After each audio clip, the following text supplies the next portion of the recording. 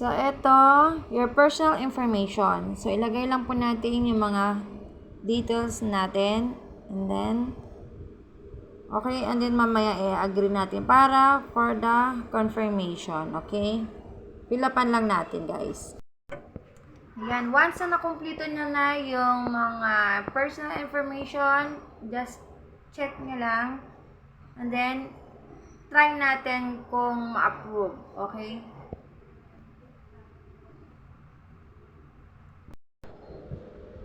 So, employer name. So, unemployment tayo. So, ilagay lang natin none. Okay? Then, confirm.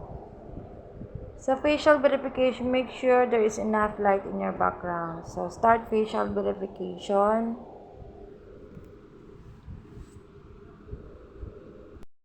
Ayan. So, once na nakapag-picture na kayo by selfie, click nyo lang. Ayun. So, mag-create na tayo ng ating Shopee Pay PIN.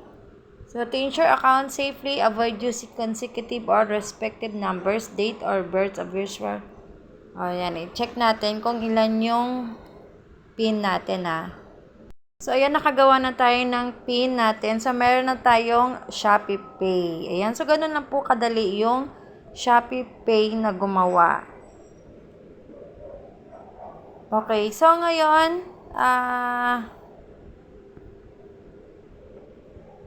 check natin, guys, balikan natin yung profile natin.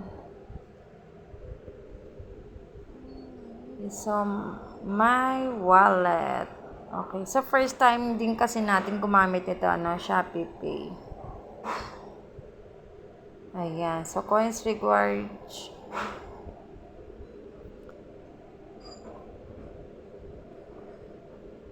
Ayan, so basahin lang natin, merong cash in. Gusto nating pasukan ng pera. Ayan, magsisend money, pay, bank transfer, and request. Please upgrade your identification. Incomplete verification might affect your transaction limit and access to other Shopee Pay services. So, natin to, upgrade daw natin.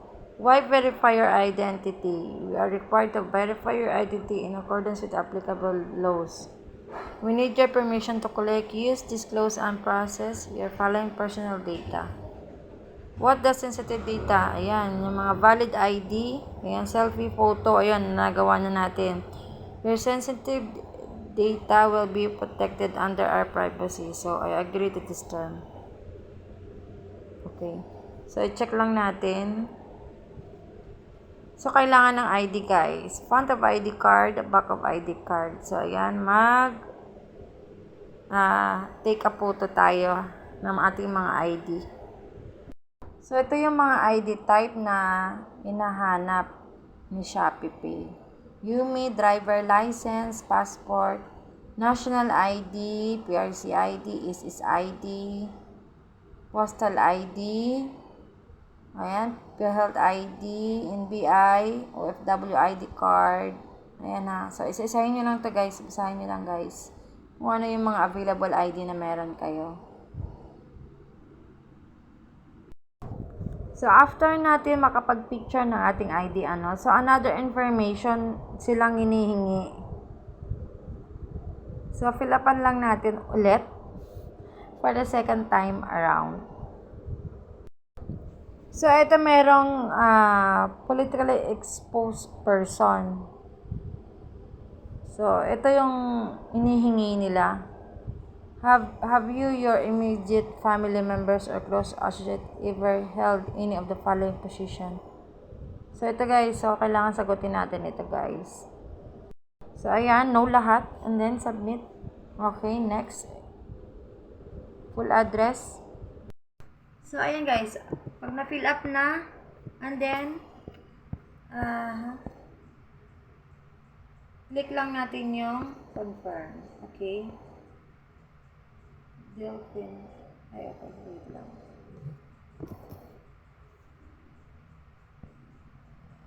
Last name, Aida Pinan. Okay. Confirm.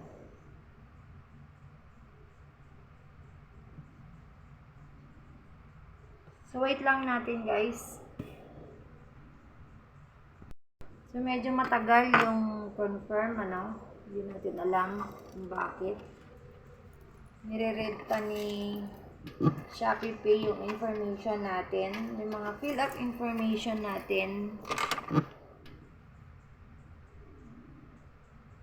So, waiting for confirmation. Kasi kapag meron kang mga refund, may mga order kang hindi kompleto, so, pwede mong ibigay yung Shopee Pay wallet mo sa mga supplier para direct na doon na sila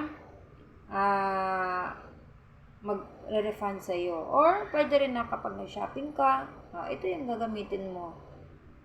So, Shopee Pay, diba? Actually, ang daming purpose. Pwede mo rin gamitin din sa mga groceries, diba? Oops, something went wrong. So, okay, wait lang natin. Ulit. Confirm.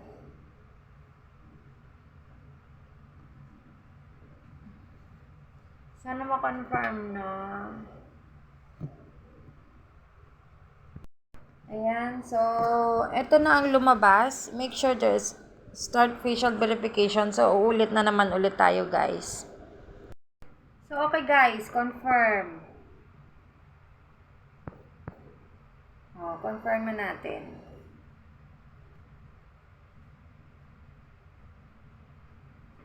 Information submitted. We are verifying your ID due to the high volume of application. The process may take longer. We appreciate your patience and understanding. So, okay. We are verifying your ID. You will be notified once your ID verification is successful. So, wait lang natin ito guys. So, mag-message naman si Shopee Pay anytime kapag na-approve na yung Shopee Pay natin.